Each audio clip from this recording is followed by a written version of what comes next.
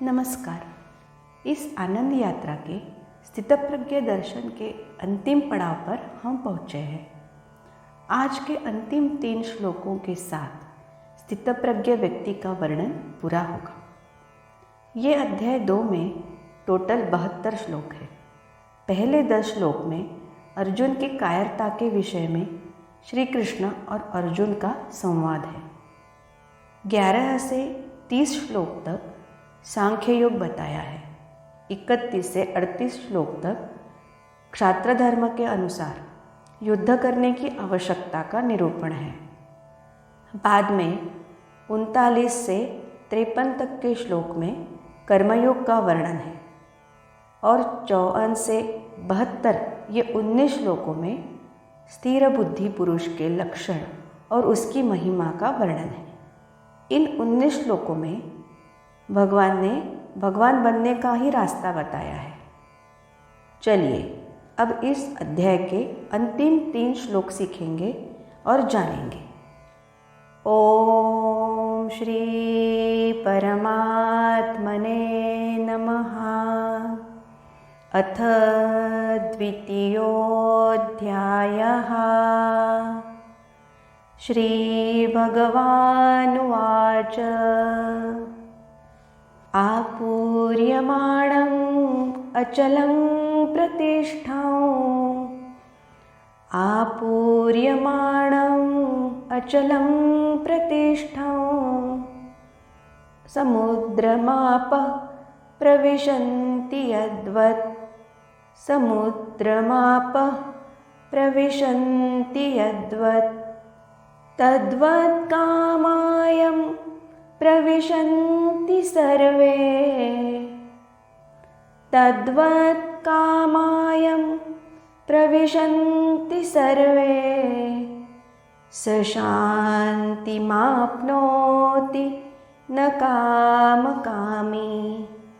स शान्तिमाप्नोति न कामकामी। फिर से एक बार। आपूर्यमाणं अचलं प्रतिष्ठं। समुद्रमापः प्रविशन्ति यद्वत्। तद्वत् कामायं प्रविशन्ति सर्वे। स शान्तिमाप्नोति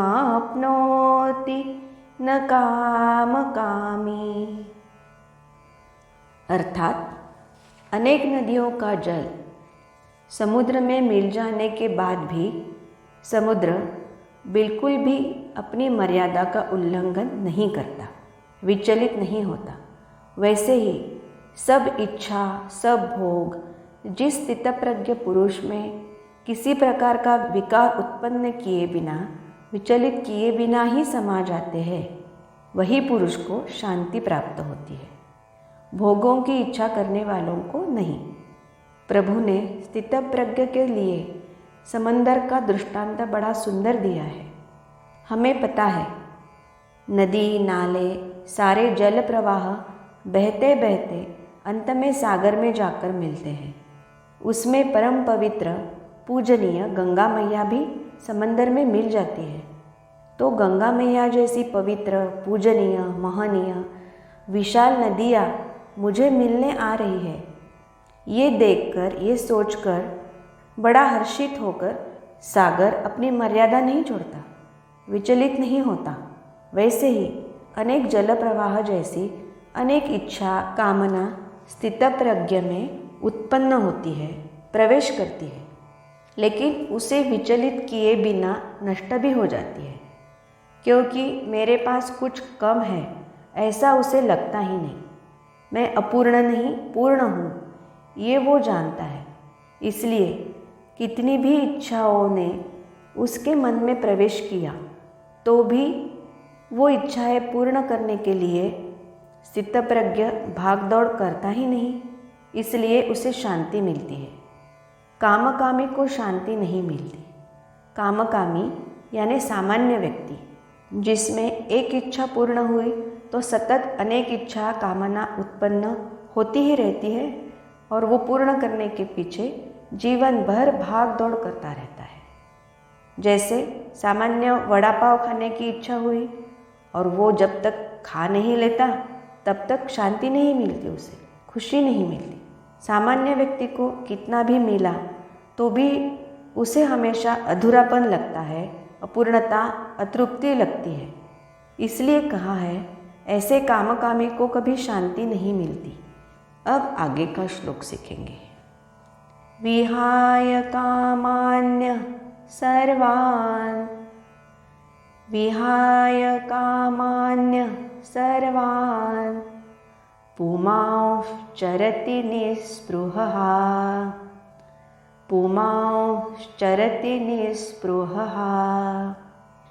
विहाय कामान्य सर्वान् पुमांश्चरति निःस्पृहः।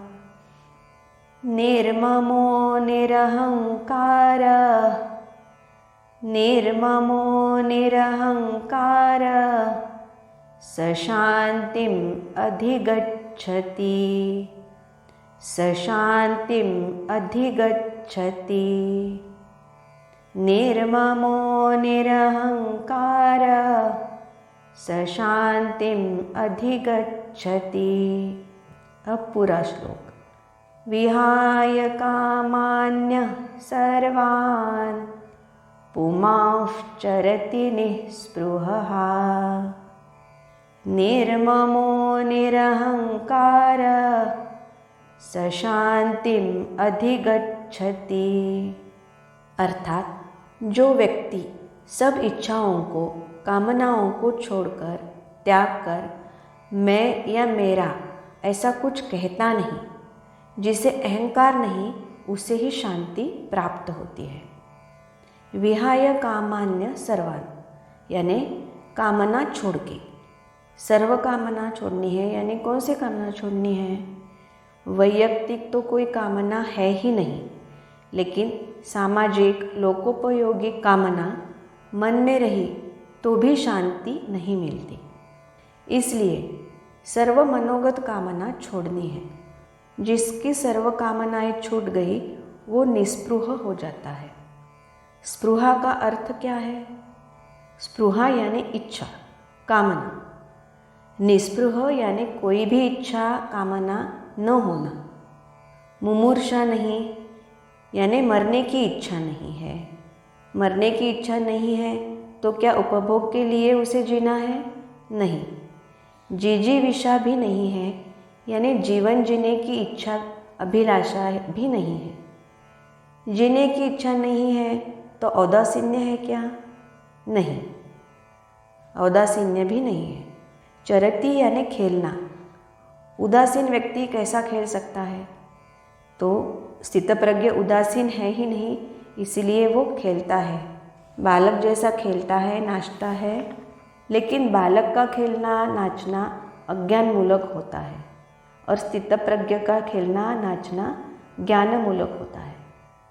वो बालक जैसा निरीच्छर, निष्पाप, निष्काम, निराकांक्षी, कुशंका रहित होता है। उसे जीने की इच्छा नहीं यानी जिजीविषा नहीं, मरने की इच्छा नहीं यानी मुमूर्षा नहीं, मुमुक्षुता भी नहीं है। तो फिर प्रश्न ये उठता है कि वो जीता किस लिए है? तो इसका उत्तर है उपकार करने के लिए वो जीता है। संत तुकाराम कहते हैं, आता उरलो उपकारा पुरता, अर्थात अब भगवान पर उपकार करने के लिए मेरा जीवन है। उस आनंद में वो मस्त बनकर जीते हैं। तुष्यन्ति च रमन्ति च। आगे के शब्द है निर्ममो निरहंकारः। वो निर्मम है, निरहंकारी है। निर्मम यानी कठोर, निष्ठुर नहीं। निर्मम यानी ममत्व न रहना, अर्थात मेरा मेरा ये भाव न होना। मेरा शरीर, मेरा घर, मेरा बच्चा, मेरा पति या मेरी पत्नी, मेरी बुद्धि, ऐसा न कहना। क्योंकि स्थितप्रज्ञ जान चुका है इस जगत में मेरा कुछ भी नहीं, मेरा शरीर भी मेरा नहीं, सब कुछ भगवान ने दिया है। ये सब उसका ही है। शरीर, मन, बुद्धि हमारी है ही नहीं, फिर भी उसे हमारा समझ के पकड़ के बैठे हैं। इसलिए जन्म मृत्यु के बंधन में अटक जाते हैं। स्थितप्रज्ञ ने अपनी बुद्धि भी भगवान को समर्पित कर दी है, तो अब बुद्धि उनकी नहीं रही, विचार भी, ज्ञान भी उनका नहीं। वो जो बोलेंगे लिखेंगे वो ज्ञान भी उनका नहीं, भगवान का है। इसीलिए वेद किसने लिखे? तो कहते हैं वेद अपौरुषेय है। अपौरुषेय यानी किसी पुरुष ने नहीं लिखे। वेदों पर किसी भी ऋषि ने अपना नाम नहीं लिखा। इसका कारण है ऋषि निर्मम स्थिति को पहुँचे थे। निर्मम यानी मेरा कुछ नहीं, ये भावना। अब स्थितप्रज्ञ ने बुद्धि तक अपना सब कुछ प्रभु को समर्पित कर दिया है। लास्ट में वो जब अपना अहम भी प्रभु को समर्पित करता है तब वो निरहंकारी बनता है। अब उसका अहम भी उसका नहीं रहा, भगवान का हो गया। यानी अब उसका तो कुछ बचा ही नहीं, सब कुछ भगवान का हो गया। इसका मतलब वो खुद ही अब भगवान का हो गया ना। उसका शरीर भी भगवान का हो गया, सब कुछ भगवान का हो गया, यानी वो खुद ही भगवान हो गया। इस क्षण में चमत्कार हुआ ना, बन गया नर का नारायण। तो पूरी हो गई प्रोसेस। अब वो पूर्ण हुआ। अब वो मानव नहीं रहा, अब वो भगवान हो गया। जीव और शिव का भेद मिटके अभेद हो गया, एक रूप हो गया। निर्मम तक स्थितप्रज्ञ अति उच्च मानव है, सुपरमैन है। निर्मम ये मानव का अंतिम शिखर है। उसके आगे के पायदान पर वो भगवान बन जाता है। व्यक्ति निरहंकारी हुआ तो भगवान बन जाता है। व्याकरणकार पाणिनि, योगदर्शनकार पतंजलि, याज्ञवल्क्य, रामकालीन वशिष्ठ ऋषि, इन जैसे अनेक महापुरुष भगवान बन गए। इनको भगवान पाणिनि, भगवान पतंजलि इत्यादि कहते हैं। ऋषियों ने अपनी बुद्धि पर का अधिकार छोड़ा और उस पर भगवान का अधिकार स्थापित किया, इसलिए वे महापुरुष हुए। ये महापुरुष देने वाले हैं और भगवान लेने वाला है। लेने वाला भगवान वामन यानी छोटा बना और देने वाले महापुरुषों ने शांति प्राप्त की। स शांतिम अधिगच्छति। अब इस अध्याय का अंतिम श्लोक सीखेंगे। एषा ब्राह्मी स्थिति पार्थ, एषा ब्राह्मी स्थिति पार्थ, नैनां प्राप्य विमुह्यति, नैनां प्राप्य विमुह्यति। एषा ब्राह्मी स्थिति पार्थ, नैनां प्राप्य विमुह्यति। स्थित्वा स्याम् अन्तकालेऽपि, स्थित्वा स्याम् अन्तकालेऽपि, ब्रह्मनिर्वाणमृच्छति, ब्रह्मनिर्वाणमृच्छति। एषा ब्राह्मी स्थितिः पार्थ, नैनां प्राप्य विमुह्यति। स्थित्वा स्याम् अन्तकालेऽपि, ब्रह्मनिर्वाणमृच्छति। अर्थात हे अर्जुन, इसे ही ब्राह्मी स्थिति कहते हैं। यह ब्रह्म को प्राप्त हुए पुरुष की स्थिति है। इसको प्राप्त होकर योगी कभी मोहित नहीं होता और अंतकाल में भी ब्राह्मी स्थिति में स्थित होकर ब्रह्मानंद को प्राप्त हो जाता है। ये अंतिम श्लोक प्रसाद रूप में बताया है। इस स्थिति में पहुँचने पर स्थितप्रज्ञ का क्या होता है, इसका वर्णन इस श्लोक में है। ब्राह्मी स्थिति यानी ब्रह्म की स्थिति अर्थात साक्षात भगवान की स्थिति।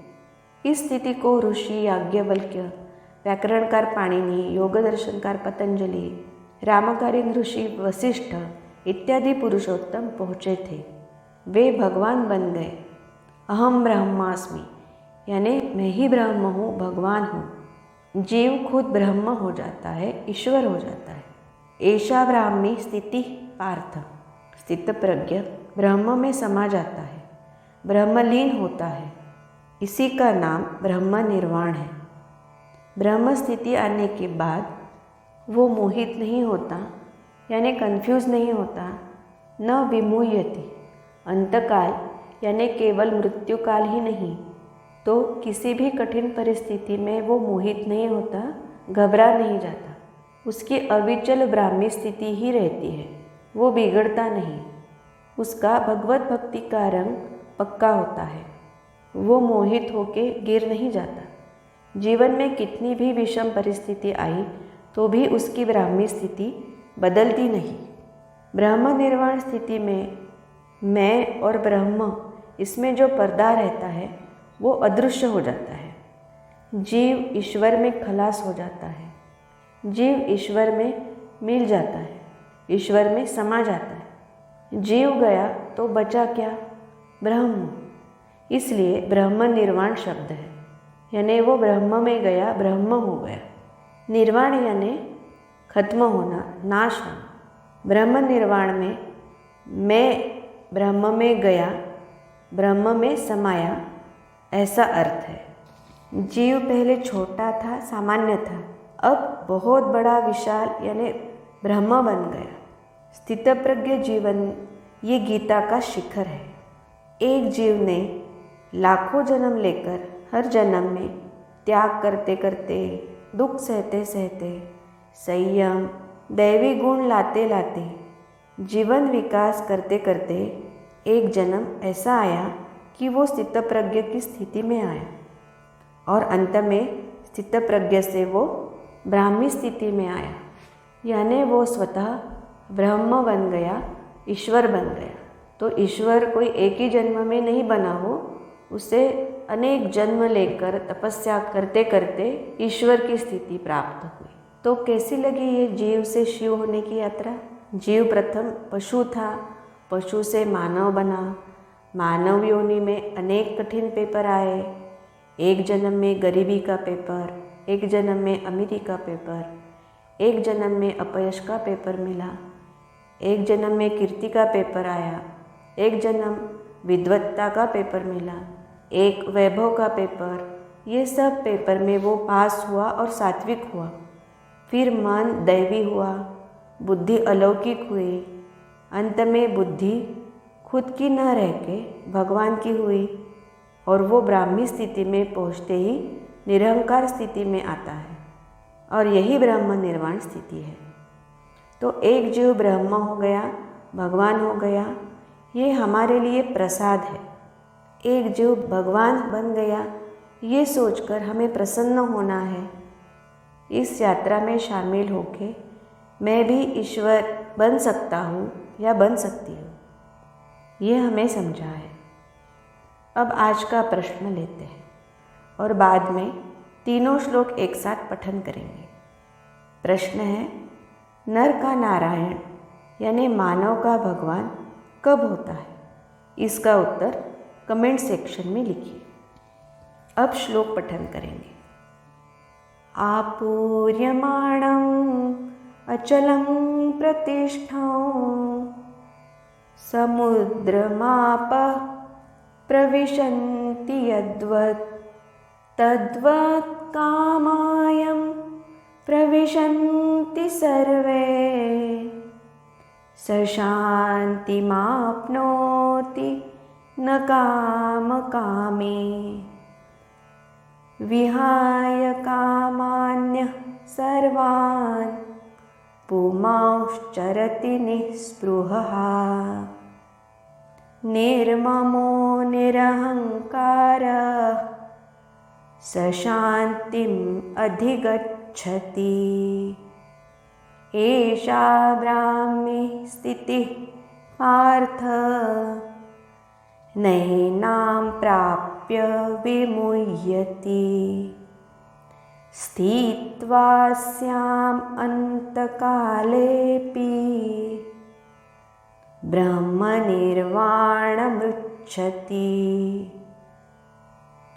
ओम तत्सदिति श्रीमद्भगवद्गीतासु उपनिषत्सु ब्रह्मविद्यायां योगशास्त्रे श्रीकृष्णार्जुनसंवादे सांख्ययोगो नाम द्वितीयोऽध्यायः। इसी के साथ सांख्य योग नाम का अद्भुत ऐसा स्थितप्रज्ञ का दूसरा अध्याय आज समाप्त हुआ। बहुत ही प्यारा, बहुत ही सुंदर यह अध्याय था। अब नेक्स्ट वीडियो में तीसरे स्थल का दर्शन करेंगे, यानी तीसरा अध्याय पठन करना सीखेंगे और जानेंगे। इसी के साथ गीता जीवन में लाने का प्रयास हमें करते रहना है और भारत को सुरक्षित और बलशाली राष्ट्र भी बनाना है। भारत माता की जय। वंदे मातरम। नमस्ते। कृष्णार्पणमस्तु।